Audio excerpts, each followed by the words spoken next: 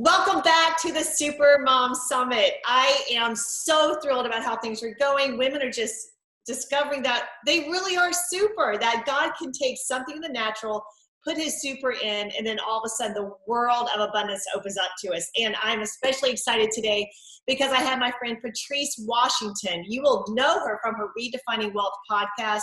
So powerful. This woman is amazing. She's a spiritual warrior, best-selling author, speaker, but she's here to talk with natural moms about how to become super moms.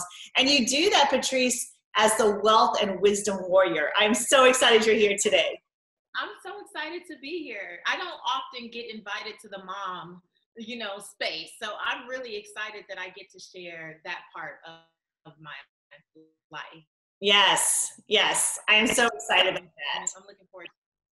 Well, now that's one thing.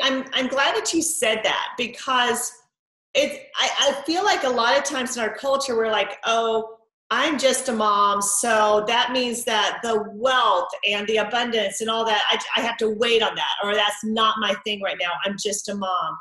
And we're just blowing that out. Like that is such a lie from the enemy because we are entitled because we are part of the whosoever believes.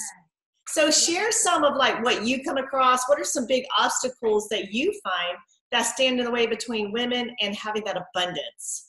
You know what? When I became a mom, now 11 years ago, Uh-huh. I remember feeling that nudge or that thing that was like, okay, just because you're becoming a mom, you cannot succumb to the stories you've heard from women past in my family or otherwise who were like, once you become a mom, it's all about your children. And I was in the midst of already owning a business. I started my first business at 21 years old as a senior in college. And so I was working and building that business, 16 employees, big, huge office in Manhattan Beach, California. I was 25 years old with a 7-figure business. And actually my first pregnancy resulted in my son being born prematurely and passing 5 hours after he was born. Oh. So a year later, I find myself almost to the day that he was born, going into, again, premature labor with my daughter, who was 10 weeks early, but praise God, she survived.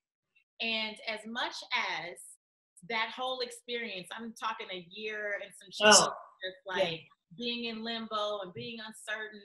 What I learned in the process, though, was that I did want to be a mom, but I had already become this businesswoman, and I couldn't see my life without, running a business or doing my own thing either.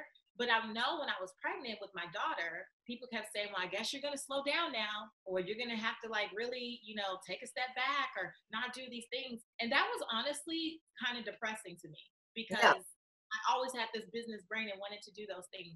And when I had my daughter, especially having a little girl, I don't know, it's like the Holy Spirit, something kicked in and said, as much as you're called to be Reagan's mother, you are still called to be the businesswoman that I'm making you into. You are still called. And so there have been different times when I remember in 2014, being on a book tour and going from city to city and coming home one Sunday afternoon, actually, and my daughter was telling me this story. She's about, 6-7 years old. She's telling me this story. She's so pumped up, but she keeps saying, Miss Angela. Miss Angela, guess what? Miss Angela was the nanny. And I was like, Reagan, it's mommy. She's like, oh, mommy. And then she tell me more. And then 15 minutes later, she's like, Miss Angela, can I have? And I'm like, Reagan, wow. Mommy, right? And so I know the moms can identify, with that kind of, I had that instant mom guilt that was like, oh my gosh, am I doing the right thing? I'm on this tour and I'm, I just want to bless people. I just feel like this is what I'm called to do. And then I get home and the one person, besides my husband, but the one person that I really want to be a blessing to be there for, clearly there's a disconnect. And you have to be careful who you seek advice from, because when I shared with a couple people, the first thing they said was, well, what are you going to do with your business? You're going to have to give that up until she graduates from high school. It's like, oh, I got to get better friends. Yes, yes. I'm like, yes, find better friends. And I prayed about it. I prayed and I was just like, God, what do you want me to do? But so all these years later, I still just kept feeling the Holy Spirit say, just because you were called to be her mom, that does not mean that you get to forsake the calling to be the money maven. Like you can have simultaneous callings. No one has to have one thing that they do. And I think that has been the greatest example to my daughter, because I always wanted her to know what was possible for her as she grows up. So I can't say that I do it effortlessly, but I definitely try my best, and I'm happy with the results of both. You know, my daughter's amazing, and I love what I do and my clients, and I think 100% is possible 100% of the time. Right.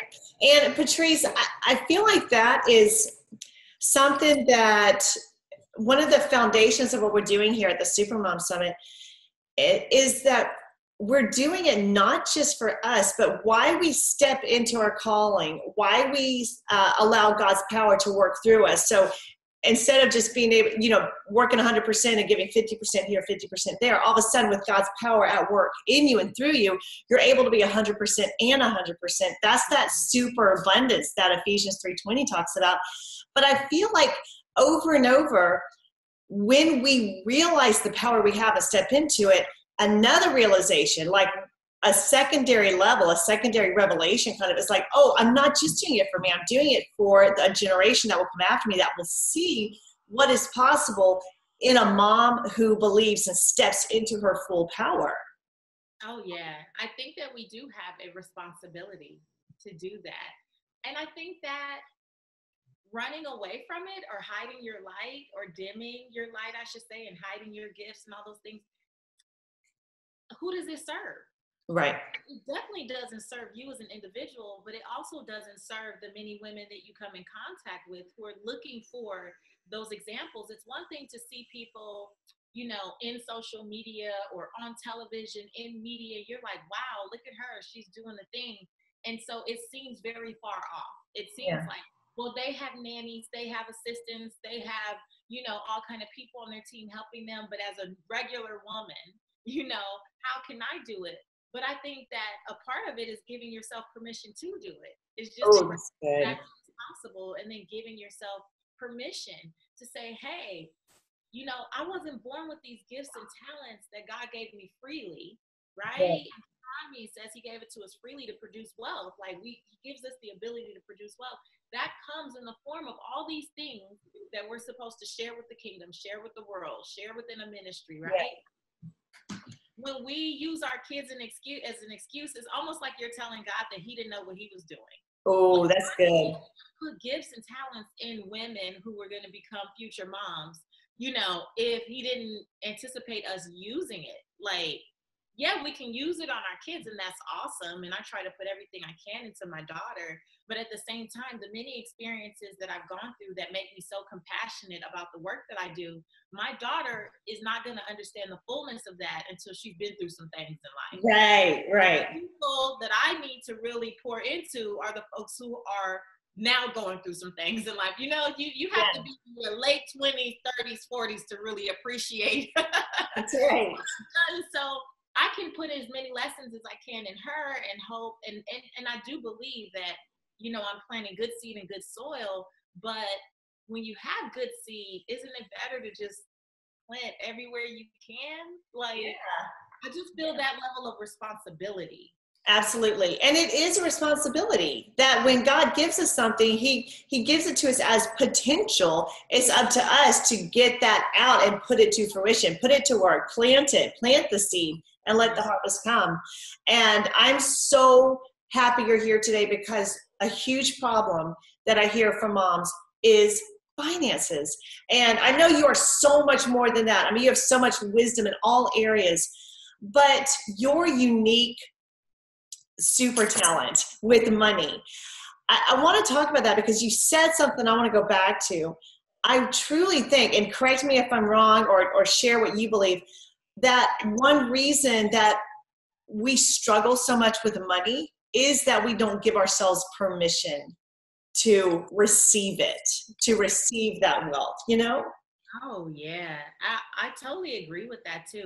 I mean, I always encourage my audience, like in my books and stuff, I never just jump into like, let's talk about budgets, let's talk about credit, let's talk about this, because if we do, we're gonna miss a really great opportunity to go and dig up some old roots before we can plant something new. And so many of us, especially as little girls, we're not necessarily groomed to be the money managers or to be the ones that would be concerned about money. It's almost like either your family wasn't having a conversation at all, or they were having a conversation that they didn't think pertained to you because you would end up with some guy who was having the I conversation. need you to talk about those conversations. Yeah.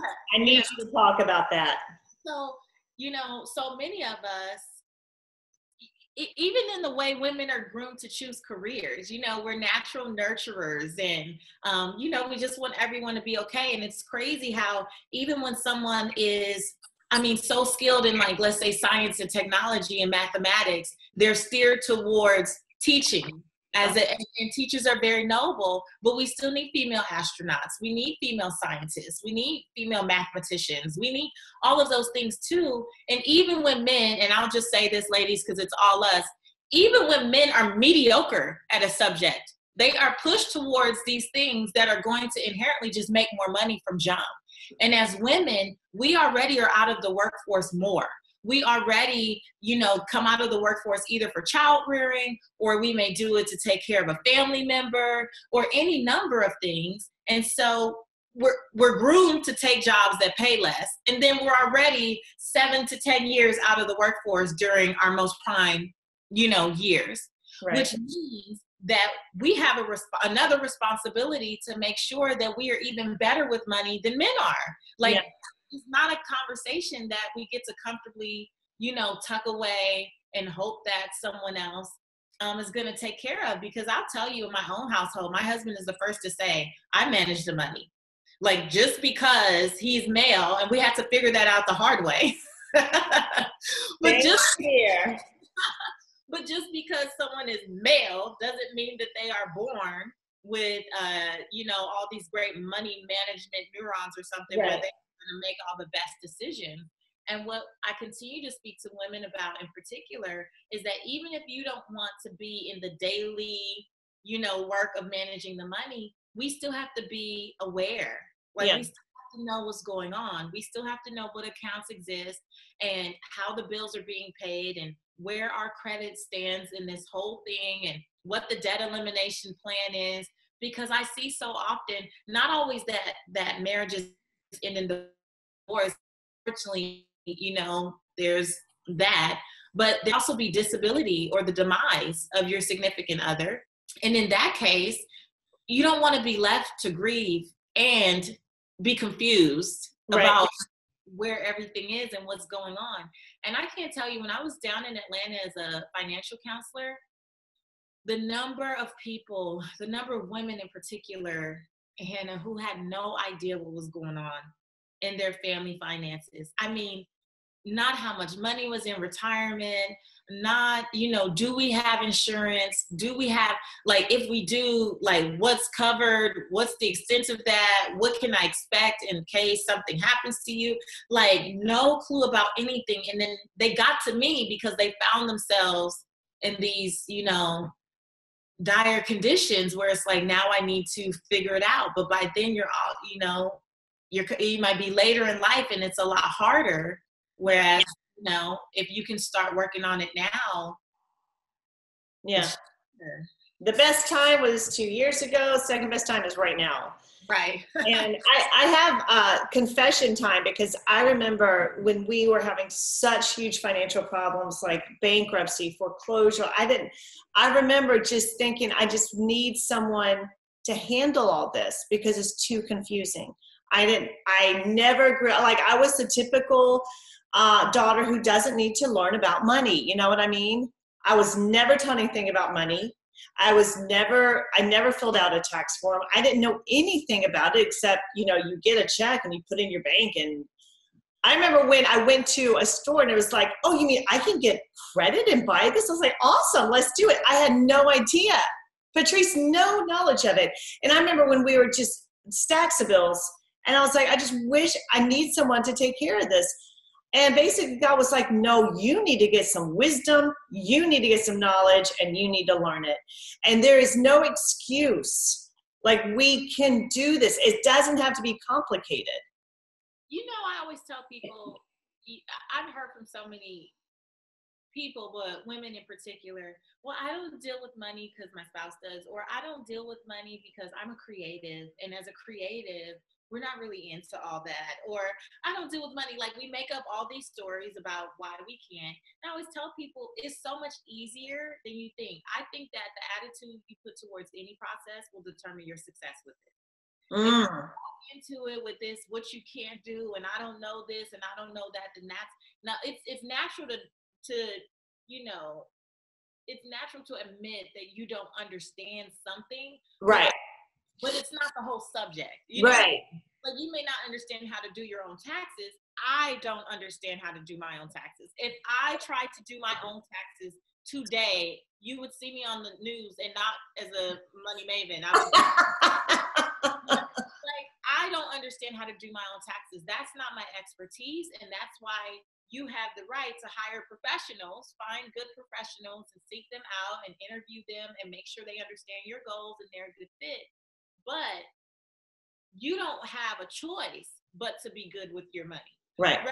Like, it's not one of those things that's optional. You don't have a choice but to know your numbers. You don't have a choice but to understand, I have this coming in and this going out. And if these numbers are off and not in a good way, then I need to make some tweaks and some adjustments until something pans out. You don't have the luxury. It doesn't matter, you know, what industry. It's not optional.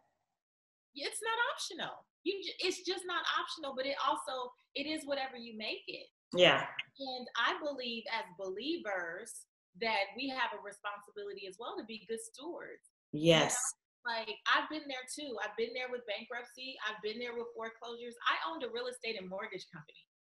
So when I had my daughter, I was on bed rest for 10 weeks in 2007, leading up, hospital bed rest, leading up to my daughter being born. 10 weeks, she was also 10 weeks early. So I went into the hospital, moms, took a fall down the stairs at 20 weeks, went into the hospital, and they said, this baby is coming any moment now. And by the grace of God, she held on. And they gave me these little shots in my butt and, you know, my thigh and all this stuff. And it kept her in, and they admitted me. And I was there for like 9.5 weeks. While I was in the hospital, Hannah, I was watching the news every day, and the banks were closing down one by one, one by one, one by one. And my staff was calling the hospital, calling my cell phone, freaking out. What are we going to do? These 3 deals were at Countrywide. These 2 deals were at New Century. They just fell. We're about to fall out of escrow. Nothing was closing. Like, there was nothing going on, right? I mean, to the point it was stressing me out so badly that the doctor came in one day. I had the monitor that I wore around my stomach and said, I don't know what you're stressing about, but if you don't stop, you're going to leave here 2 years in a row with no baby. Oh. Stressing the baby out. And at that point, I was just around the time that I had my son, about 24 weeks. So I was already on, you know. Yeah. You know, and I asked them to take the TV, the maintenance people to come and take the TV off the wall, not move the remote, because I could still get up. I was like, no, take the TV off the wall. And my husband brought me an iPod filled with praise music, and I had my Bible and a journal. And I told my staff, I can't help you. There's nothing I could do. You guys got to figure it out the best you can. And I made a decision in that moment to surrender and let go.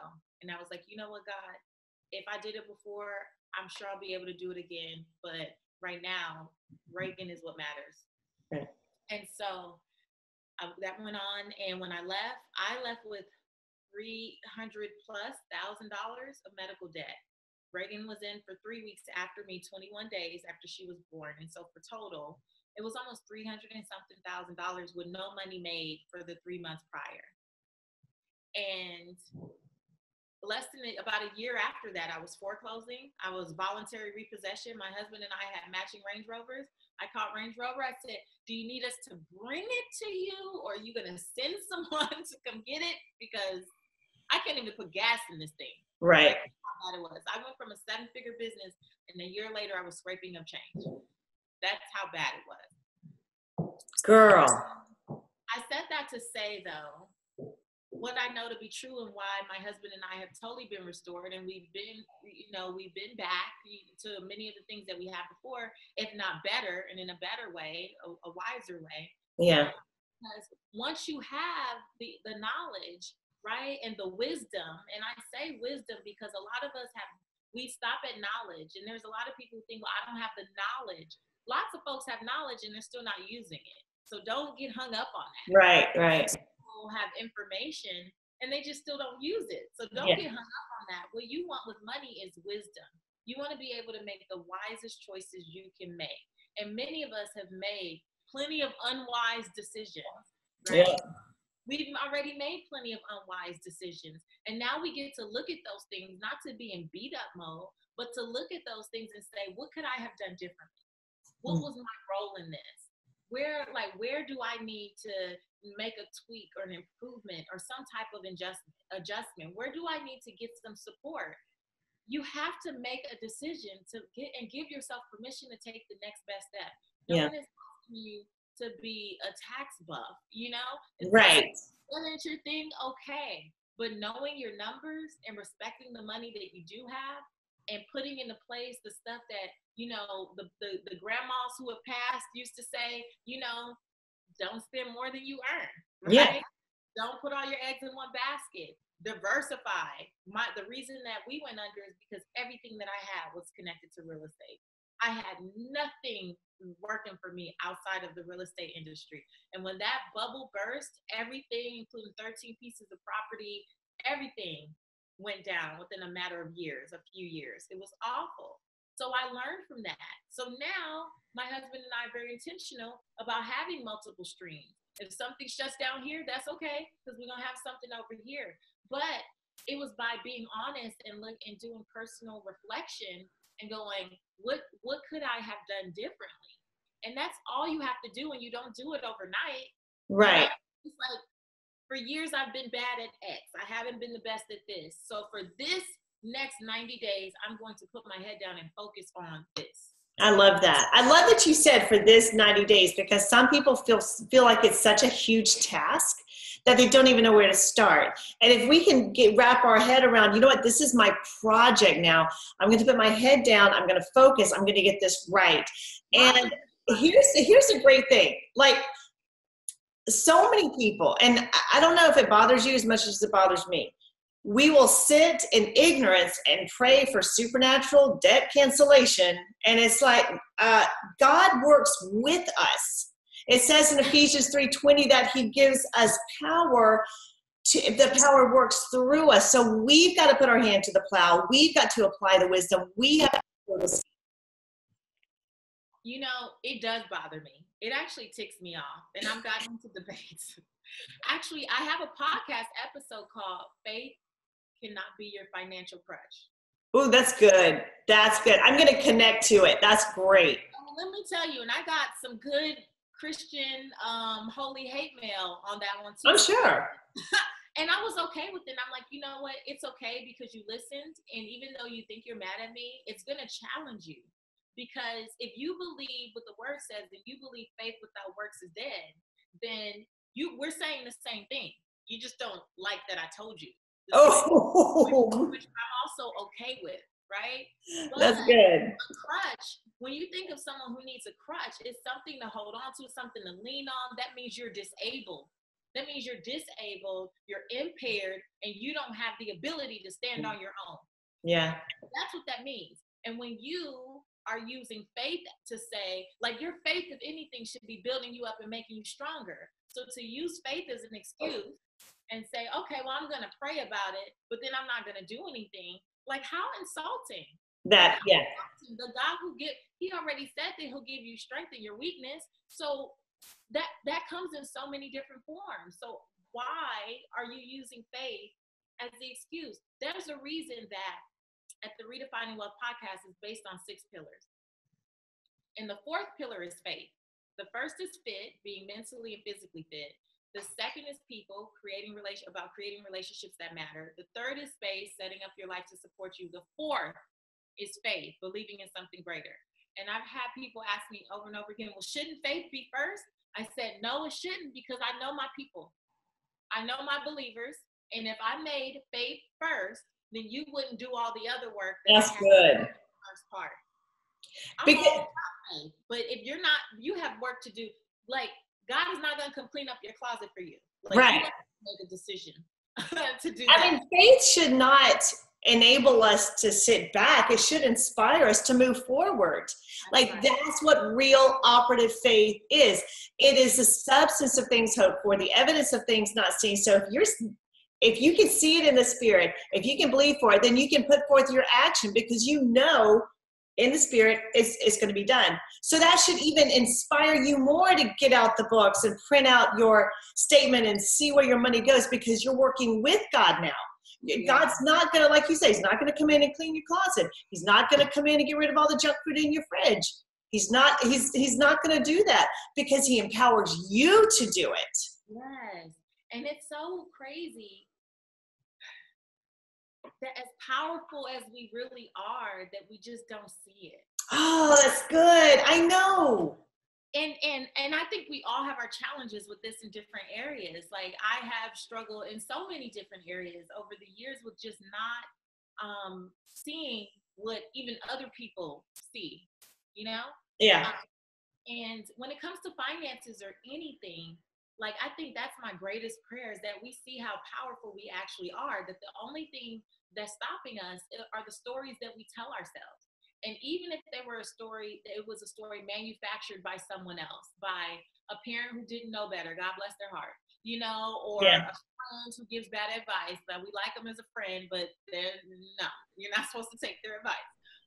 Or, you know, so many different people who we allow in our space, or even just things that we allow in our spirit through television or radio, or, you know, where we let those things take root that never were supposed to be there in the first place. And it impairs our minds to really embrace how powerful God created us to be. Right. Like, that is like my greatest thing, is like, if we could just see how powerful we are and just tell a new story. And one of the things that I've been practicing, this may help some of our super moms, is putting myself in my aspirational reality.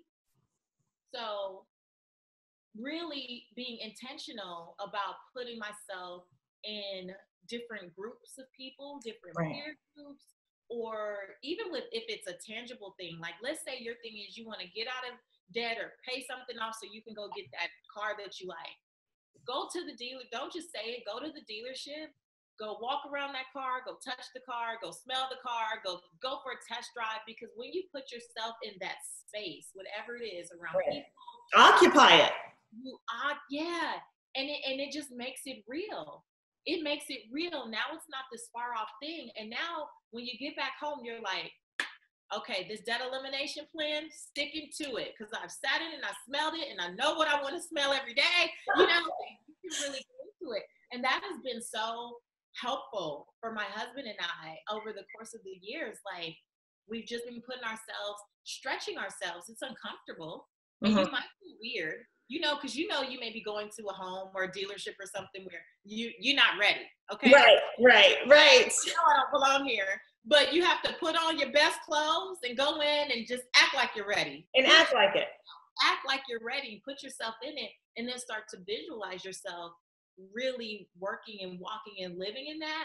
Oh my gosh. It's only a matter of time before sometimes you look up and go, oh my gosh, I'm here. Yeah, exactly. It actually inspires you to be disciplined and to be more driven toward that, because you know that is possible.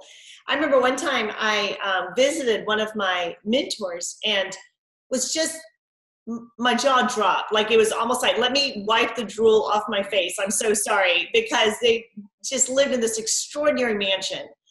And at the time I was nowhere near that. I couldn't even stretch my mind to encompass that this could be a reality for someone like me. And I remember his words so clearly. He said, I believe you're here just for God to stretch your belief of what's possible for you. And it wasn't the conference I was attending. It wasn't it. It was me stepping into their home and saying, oh, this can be real, you know? Steve Harvey used to tell us, I had a weekly segment on the Steve Harvey Morning Show for 4 years. Get out of here. Yeah. He is amazing. By the way, he's on my vision board. Just saying. And so I remember, actually, I would speak at his conferences too. And one time he was telling this story, and he said, all this is a preview of life's coming attraction. Like, when you think about that, like, that is good. Aspirational reality piece, like, this is a preview of life's coming attraction. That makes you instantly, like, get giddy and leap in your Yeah. Oh, it's okay. Like, now it's like a thing that is possible again, instead of this far off thing. And as I love vision boards, I've been doing vision boards, didn't know they were called that since I was in 3rd grade. Beautiful. Didn't know that that's what it was, or that's what people call. But what I love about the aspirational reality piece and just some of these other tools, we're talking about walking into right, just stepping into it, is that it adds an action to that visual. So instead of just staring at it, we're also adding that experience piece. Yes. Makes it so much more real and tangible and possible. And then it makes you, because with vision boards, you have to feel the excitement, and you have to yeah. But when you can say, I was just in there. Mm-hmm. I have a mentor here too that lives in Malibu, and the home was just incredible. But I walked in one time, and they had to have 1,000 candles burning at the set, and I'm talking $300 candles.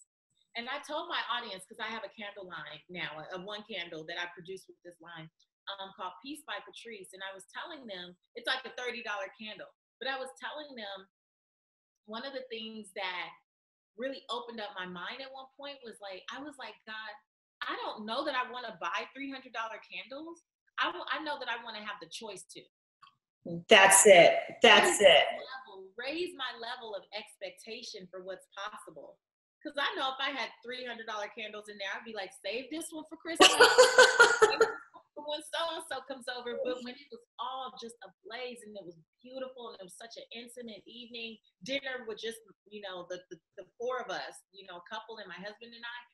And I was like, raise my level of expectation. And I think with SuperMoms, that's what we have to pray for too. And that's what we have to be diligent about, because when we raise our level of expectation, the other thing is our kids, they get just, like, we're having these conversations 20s, 30s, 40s, 50s, and like, I look at my daughter and the things that she's been exposed to and what her expectations are, and I'm like, I need to get on my game. Yes. I need to get on my game. It inspires you. Oh, yes. Yeah. That is so true. And I truly believe, Patrice, and you touched on this, but the real barrier, and we can come up with so many excuses. We can say, well, we have limited income, and my husband only makes this, and I can't work. And, we can have so many excuses that we validate as reasons, but I truly believe the one thing that prevents us from stepping into that super abundance in all areas of our life is the belief that it's possible for us. As long as we keep making it about what somebody else can do, Steve Harvey also said, I don't mean to keep quoting him, but some of his stuff has been good. Like, it's good. He is good. He says, you don't get what you want, you get what you believe. Right. You don't get what you want, you get what you believe. And that wherever you are right now, no matter what your mouth has been saying, your spirit has believed that's what you deserve. That's so true.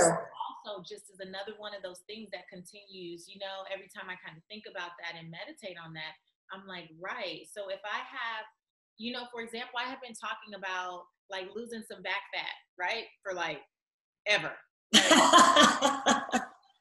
Like I look great with Spanx on, right? Thank you.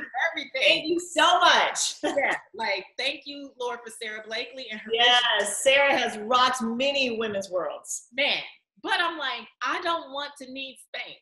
I don't want to have a conniption if I get somewhere to speak and realize I forgot to pack my Spanx. I should be, I love a good tight dress when I'm on the stage. That's just like my thing. It makes me feel like powerful. Yeah.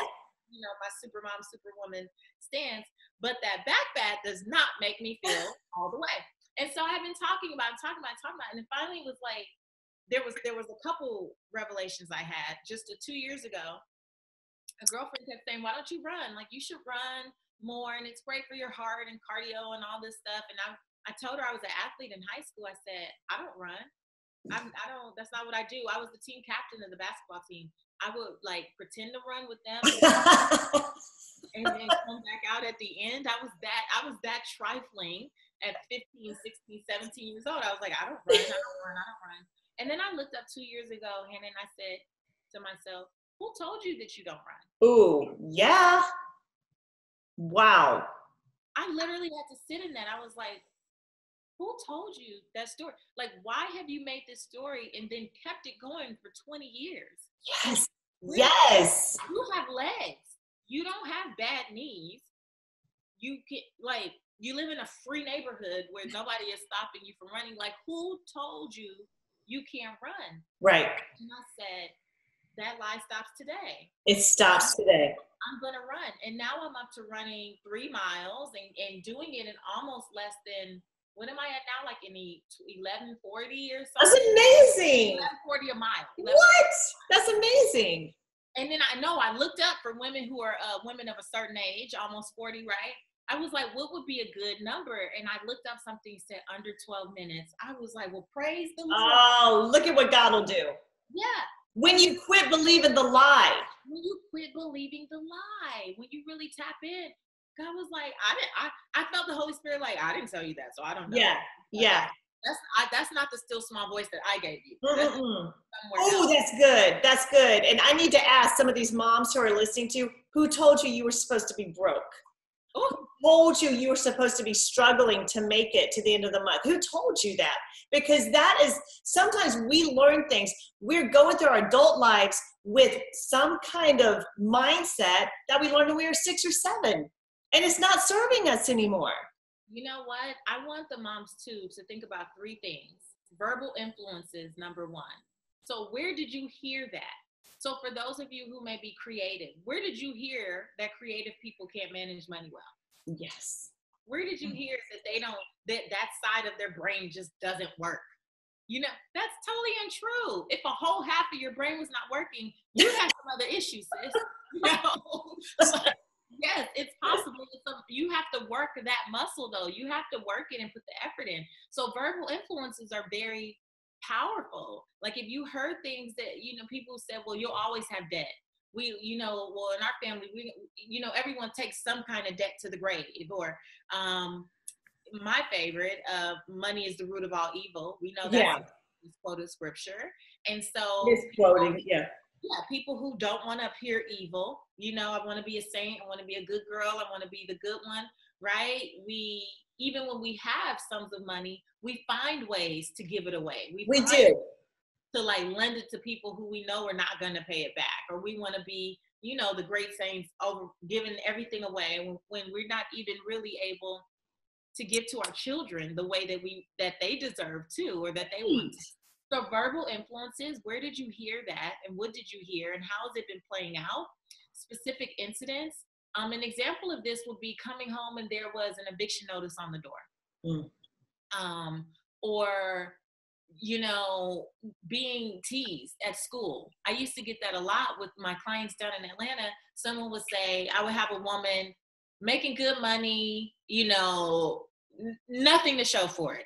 No property, no assets, no savings, no investments, no nothing. And she's like, I just need your help with the budget. No. Before we can get to any budgets, we have to understand, what did you experience as a kid that has you making these types of decisions? You know that you're making good money. What's the disconnect?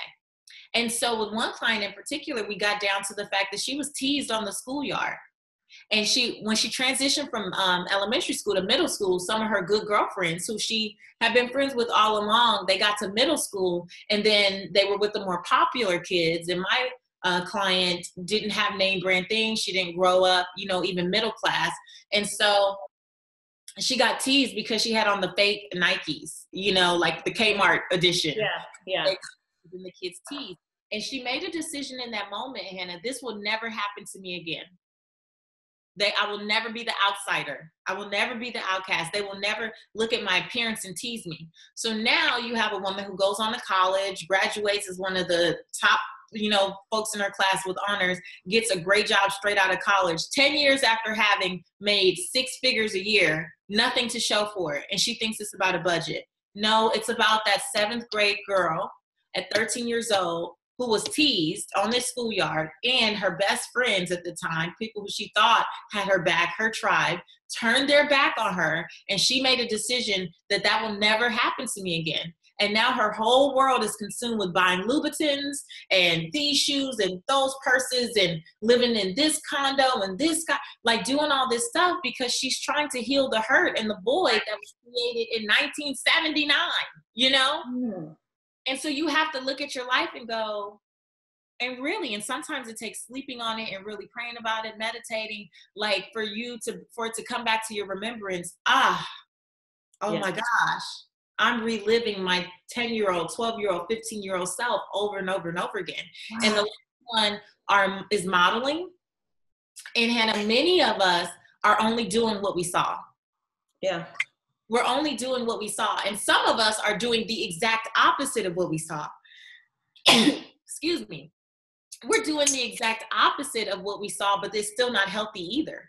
Mm-hmm. Because I've had clients whose parents were penny pinchers and they were great savers and they died with all kinds of money, but they never lived life. And so now you have children who are like, I'm going to live my life, but to their own detriment, because now they don't put anything to the side. There are no savings. They don't put anything away. Right. And it comes down to finding the balance. If you saw things that were unsupported, just knowing that you don't have to go down the same path that your family did. They may have done the best that they could with what they had at the time. Right. But wisdom says, knowing that, having that information and knowledge, how am I going to wisely apply it? Like, how am I going to make better choices and apply it to my own life? Because I don't have to live in 1988. Yeah. Yeah. 2018, and this is who, I want to be. And so that's beautiful. Those 3 things are so powerful. It's so, once you can look into that. And I want to encourage, Patrice, you and I could talk for another 3 hours and just barely get to, there's so much here. There's so much incredible content. But to be that super mom, you've got to step up and take the responsibility and put on your super suit, man. This is not, God gives us potential ability. So apply yourself. Think that, just like Patrice said, this may take some time of prayer and meditation to realize what's really my motivation here. What are my money beliefs? Because we can't, like you said, we can't tackle the problem with a budget when it goes much deeper than that. So I'm just something. Yeah. I'm just believing that people are getting revelation right now and that we're going to move forward. And I think we're going to have some super moms who are going to have super finances coming out of this. I'm taking a little praise break right now. Thank you so much, Patrice. You are such a blessing. And thank you for using your wisdom to empower so many moms. I appreciate that so much. Thank you. Thank you.